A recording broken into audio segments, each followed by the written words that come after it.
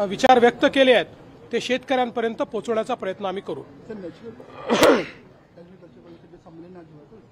ठीक है, जो प्राकृतिक खेती के संदर्भ में महाराष्ट्र के राज्यपाल जी आचार्य देवव्रत जी का आज व्याख्यान हुआ है, वो इस क्षेत्र के तज्ञ यानी एक्सपर्ट माने जाते हैं।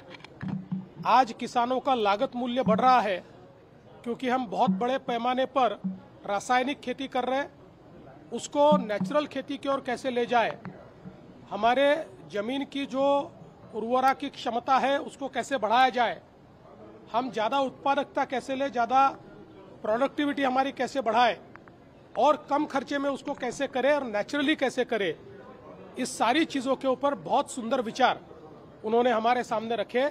इसलिए मैं उनका बहुत बहुत आभार व्यक्त करता हूं और उनके नेतृत्व में महाराष्ट्र में प्राकृतिक खेती का एक मिशन हम लोग हाथ में लेंगे और किसानों को ये खेती फायदे की हो इस दृष्टि से हम लोग प्रयास करेंगे। जब पलटणमध्ये घटना घडली डॉक्टरने सुसाईड केलं त्याच्यावर आता सगळी कारवाई झालेली आहे आणि त्या संदर्भात सांगू, आज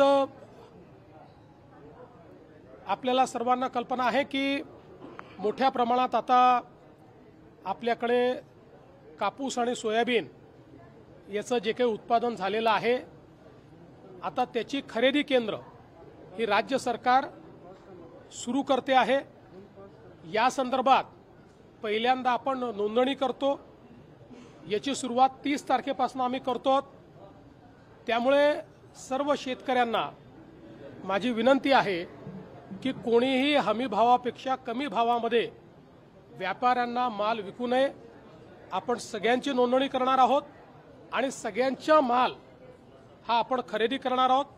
त्या संदर्भात नाफेड असेल, केंद्र सरकार असेल, आपला पणन विभाग असेल, सगळ्यांनी मिळून राज्यभरामध्ये मोठं जाळं खरेदी केंद्रांचं आपण तयार केलेलं आहे। सीसीआयच्या सोबत देखील आपण त्या ठिकाणी टायअप केलेला आहे आणि म्हणून माझी सर्व शेतकऱ्यांना विनंती आहे की हमी भावापेक्षा कमी भावामध्ये कोणीही आपला माल विकू नये। त्यांनी सरकारकडे रजिस्टर करावं आणि सरकारला तो माल विकावा किंवा सरकारी केंद्रावर द्यावा। जर व्यापारी हमी भावाने तो खरेदी करत असतील तरच व्यापाऱ्यांना तो माल द्यावा।